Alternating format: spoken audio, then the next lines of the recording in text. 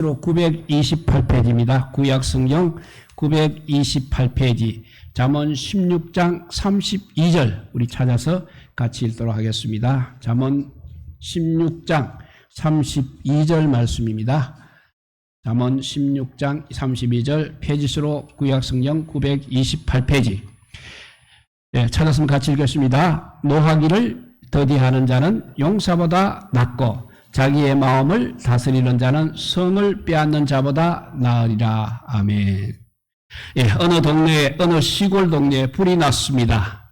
모두 다 물통을 들고 불을 끄느라고 야단법석입니다. 그런데 꼭 한 사람만 불이 꺼지게 해달라고 기도를 하고 있었습니다. 그곳에서 목회하는 전도사였다고 합니다. 그런데 그 사건 후에 그 전도사님은 동네에서 쫓겨나게 되었습니다. 기도가 중요하기는 합니다. 그렇지만 행동하지 않은 그리스도인은 그리스도인이 아니라는 이유에서 그 동네에서 쫓겨났습니다. 우리가 세상을 사는 동안에 이 땅 어디에도 안전지대라는 것은 없습니다. 아무리 조심을 해도 불안과 고통은 정말 불청객처럼 우리에게 찾아오는 것입니다. 그래서 누군가 이렇게 말했습니다. 지금이라도 너의 삶을 흔들어라. 불안이 두렵다고 누르지만 말고 그것을 소화해서 참 행복을 누리라고 했습니다. 우리가 복음을 효과적으로 전하고 예수님의 빛을 제대로 드러내려면 먼저 내 속에 있는 분노와 걱정 그리고 절망부터 다스려야 하는 것입니다.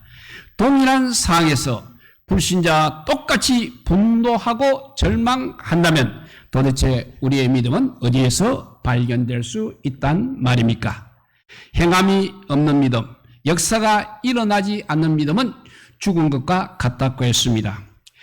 몇 년 전에 어떤 국회의원이 자살을 했습니다. 그분은 서울대를 졸업하고 이명박 정권 탄생의 일동 공신이었습니다. 그러나 저 정권으로부터 배반을 당하고 분노로 극심한 우울증에 빠졌습니다. 결국 그는 그 분노를 다스리지 못해서 자살로 생을 마쳤습니다. 그 탁월한 실력과 경륜이 한순간에 이렇게 사라져 버린 것입니다. 우리의 마음의 분노와 염려, 절망과 우울함을 다스리지 못하면 죽을 수밖에 없는 것입니다. 자신의 분노 조절 장애를 고백한 유명한 인물이 알렉산더 대왕입니다. 알렉산더 대왕은 분노를 이기지 못해서 가장 사랑하는 친구 클리투스 장군을 죽였습니다. 그는 크게 후회하면서 자살하려고 했습니다. 사람들이 겨우 그를 진정시켜 자살은 막았습니다. 그렇지만 그는 3일 동안 울면서 울부짖었다고 합니다. 그는 그리고 이렇게 한탄을 했습니다. 나는 세상을 정복하였으나 정작 내 자신을 정복하지는 못했다고 그렇게 한탄을 했다고 합니다. 오늘 본 말씀 노하기를 더디하는 자는 용사보다 낫고 자기 마음을 다스리는 자는 성을 빼앗는 자보다 나으니라 했습니다. 이렇게 화를 다스리지 못해 폭발하게 되면 더 큰 화가 들이닥치는 것입니다. 그러나 화를 안으로 잘 소화시키면 그 화가 거꾸로 능력과 보화로 전환되는 것입니다. 관건은 분노를 다스려야 한다는 것에 있습니다. 그러면 우리가 어떻게 우리의 분노를 다스릴 수 있겠습니까? 첫째, 잠시라도 결과를 미리 생각하시기 바랍니다. 잠언 14장 17절에 보면 노하기를 속히 하는 자는 어리석은 일을 행한다고 했습니다. 화내는 것은 순간입니다. 그렇지만 그 결과는 평생의 삶을 참담하게 만드는 것입니다. 욱하는 감정에서 나온 말과 행동은 용기가 아니라 생각이 모자라는 증거인 것입니다. 그래서 재난이 시작되는 것입니다. 화가 난 상태에서는 말을 하기 전에 정말 내가 이 말을 해도 될까? 혹은 내가 이렇게 감정을 폭발시키면 어떤 결과가 올까에 대해서 반드시 먼저 미리 생각을 해야 한다는 것입니다. 잠언 15장 18절 말씀입니다. 분을 쉽게 내는 자는 다툼을 일으켜도 노하기를 더디하는 자는 시비를 그치게 하느니라 했습니다. 홧김에 한 말, 홧김에 한 일은 항상 우리를 후회하게 만드는 것입니다. 언젠가 초등학교 선생님이 어린 학생들에게 어머니의 어떤 것이 제일 싫으냐고 물어봤습니다. 그러니 가장 많이 나온 대답이 엄마가 화를 내고 고함을 지를 때라고 했습니다. 왜 사람은 이야기를 할 때 고함을 지르고 화를 내는 것입니까? 그러면 그렇게 하면 일단 즉각적인 효과가 있기 때문입니다. 그러나 그 효과는 일시적인 효과일 뿐인 것입니다. 장기적으로 볼 때 화를 내게 되면 상대방과의 분리라는 정말 심각한 결과가 반드시 생기는 것입니다. 그리고 그렇게 하면 점차 화내는 것이 습관이 되는 것입니다. 그러다 보면 심한 인격 장애자가 됩니다. 나중에 그때 내가 조금 참았더라면 이라고 후회하는 경우가 얼마나 많이 있습니까? 분노를 제대로 다스리려면 항상 우리는 분노의 결과부터 미리 생각하시기 바랍니다. 이렇게 분노를 다스리는 첫째 방법이 잠시라도 결과를 미리 생각하라는 것입니다. 두 번째는 충동적으로 행동하지 말고 일단 충동부터 억제해야 합니다. 잠언 29장 11절 말씀입니다. 어리석은 자는 자기의 노를 다 드러내어도 지혜로운 자는 그것을 억제하느니라 했습니다. 이렇게 지혜자의 특징이 바로 화를 억제하는 것이 지혜자의 특징입니다. 지식이라는 것은 그냥 분석하고 비판하고 따지게 합니다. 그렇지만 지혜는 이렇게 억제하게 하는 힘이 있다는 것입니다. 지혜가 없는 지식은 항상 재앙을 불러옵니다. 화가 날 때는 오래 기다릴수록 더 좋다고 했습니다. 토마스 제펀슨은 이렇게 말했습니다. 화가 나면 10가지 세어라. 아주 화가 날 경우는 100가지 세어라. 그래도 화가 나게 되면 계속 세어라고 했습니다. 이 말을 우리가 성경적으로 바꾸어 말하면 화가 나면 기다리며 성령님께 기도하라. 내 마음을 다스려 달라고 기도하라. 이 순간에 가장 지혜롭고 약이 되는 말을 할 수 있도록 지혜를 강구하라. 이렇게 바꿀 수가 있겠습니다. 이렇게만 한다면 100% 효과가 있을 것입니다. 어떤 분은 아무리 참으려고 해도 화를 참을 수 없다고 토로합니다. 그런 분노 제정이 안 되는 사람들은 심각한 질병 소유자가 되는 것입니다. 그러나 일반적으로 화를 내는 것은 내가 선택하는 것이기 때문에 충분히 조절할 수 있습니다. 아마 이 대부분 이런 경험을 했을 것입니다. 막 화를 내고 성질을 부릴 때 중요한 사람으로부터 전화가 걸려왔습니다. 그러면 어떻게 전화를 받아야 하는 것입니까? 한번 후 하고 목소리를 가다듬을 것입니다. 그리고 여보세요 라고 친절하게 받게 되는 것입니다. 이렇게 순식간에 말과 태도가 돌변할 수 있는 것입니다. 이것만 보더라도 웬만한 사람들은 자신의 의지대로 분노를 조절할 수 있는 것입니다. 이렇게 충동적으로 행동하지 말고 일단 충동부터 억제하시기 바랍니다. 세 번째, 분노를 다스릴 수 있는 것은 사소한 것하고 본질, 핵심, 이것을 두 가지를 구분하는 훈련을 하시기 바랍니다. 내가 지금 무엇 때문에 화를 내는지 생각해보면 내 신앙 성품을 진단할 수 있습니다. 작은 냄비는 빨리 끓습니다. 신앙 인격을 연단하다 보면 오래 참을 수 있는 것입니다. 화를 내다가도 생각을 하시기 바랍니다. 이것이 정말 화를 낼 정도로 중요한 것인가를 생각해야 되는 것입니다. 그리고 한 번 더 생각해 보시기 바랍니다. 부부가 모처럼 좋은 분위기 속에서 대화하며 추억을 나누고 있었습니다. 남편이 말합니다. 여보, 그때 우리가 참 아름다운 여행을 했었지. 그때가 아마 1992년 여름이었나?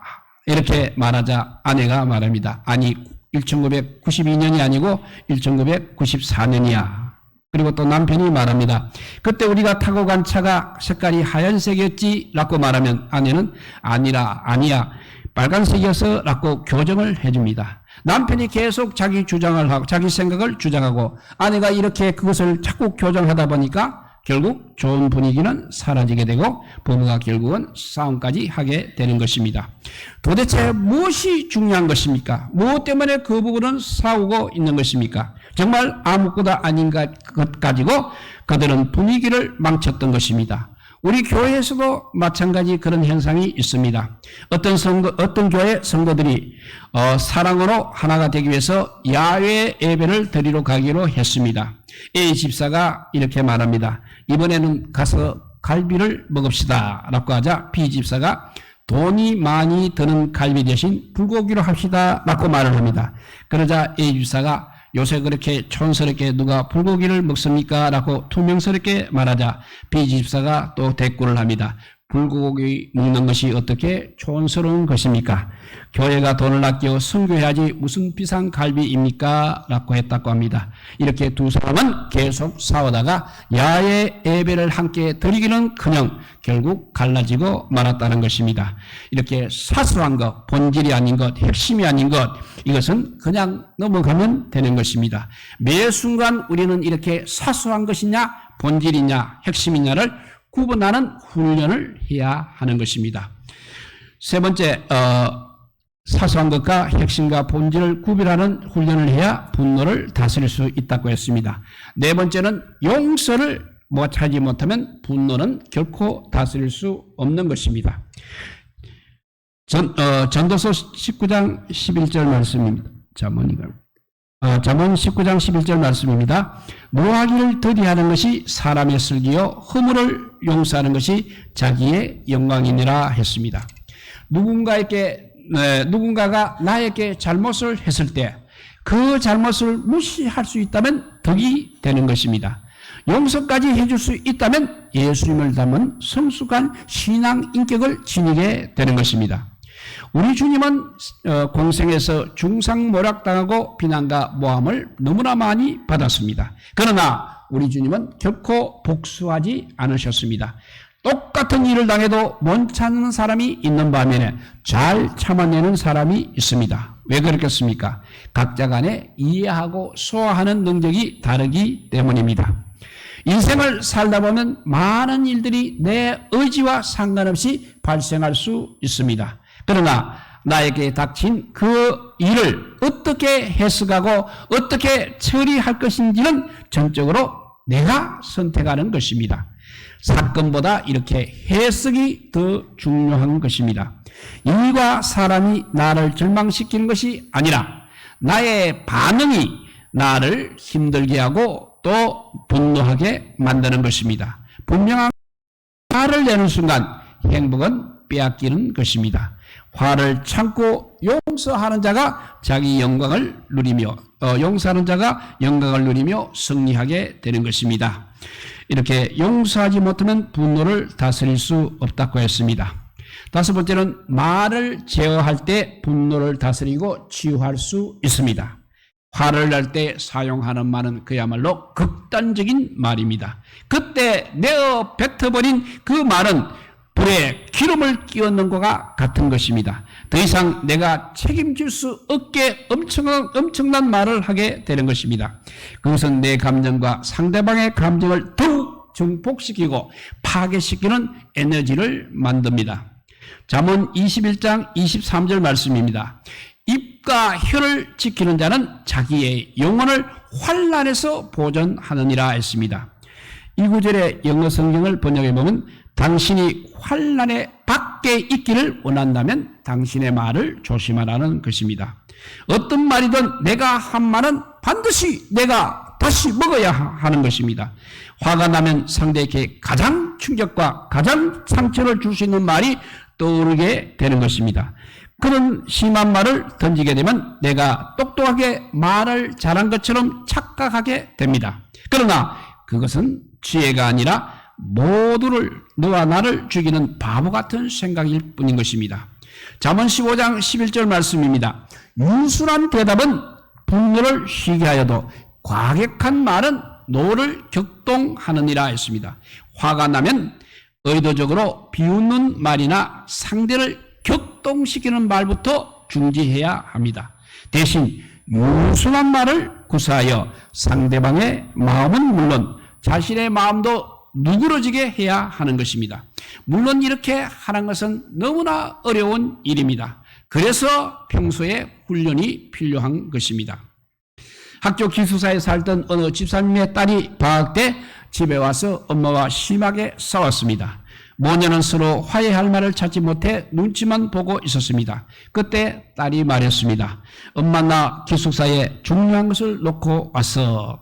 하니까 엄마가 무엇을 놓고 왔니? 라고 말하자 딸이 내가 기숙사에 사가지를 놓고 왔다고 하면서 웃으며 대화를 하게 되었다는 것입니다.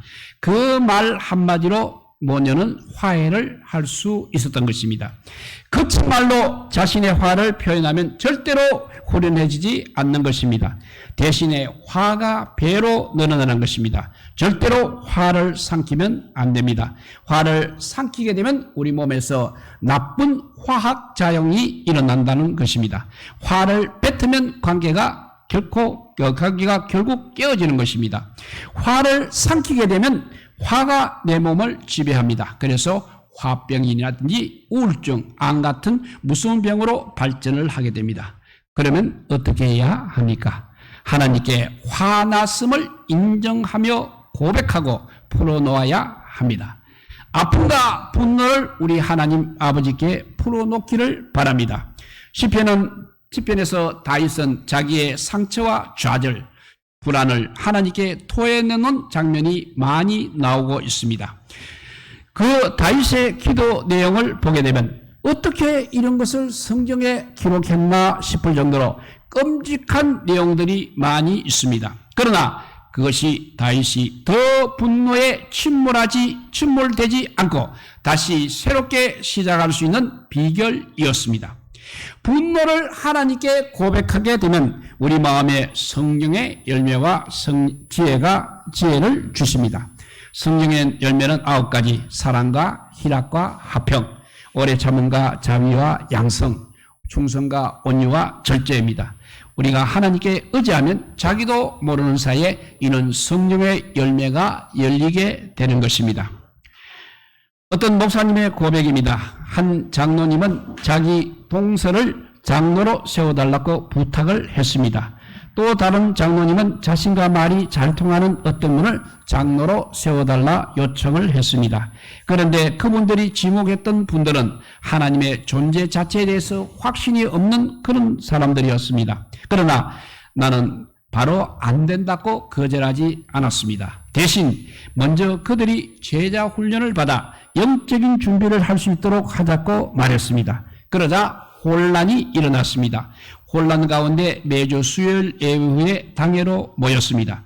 그분들은 내가 10년 동안 목회한 것 가운데 부족한 점만 트집을 잡아 공격을 했습니다. 그래서 기도했습니다. 주님, 제가 더 이상 참아내기 힘듭니다. 주님이라면 어떻게 하시겠습니까? 기도 중에 한 장면이 떠올랐습니다. 가늠하던 여자를 잡아서 예수님께 저 여인을 돌로 쳐 죽일까요? 라고 묻는 장면이었습니다.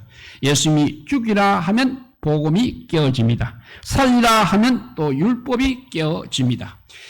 그때 예수님이 조용히 앉아서 땅에 글을 서셨습니다. 그리고 일어나 너희 중에 죄 없는 자가 먼저 돌로 치라고 말씀하셨습니다. 그러다 양심이 찔린 사람부터 그 자리에서 떠나갔습니다. 그 장면이 보여 종이에 장로님들의 말을 쓰기 시작했습니다.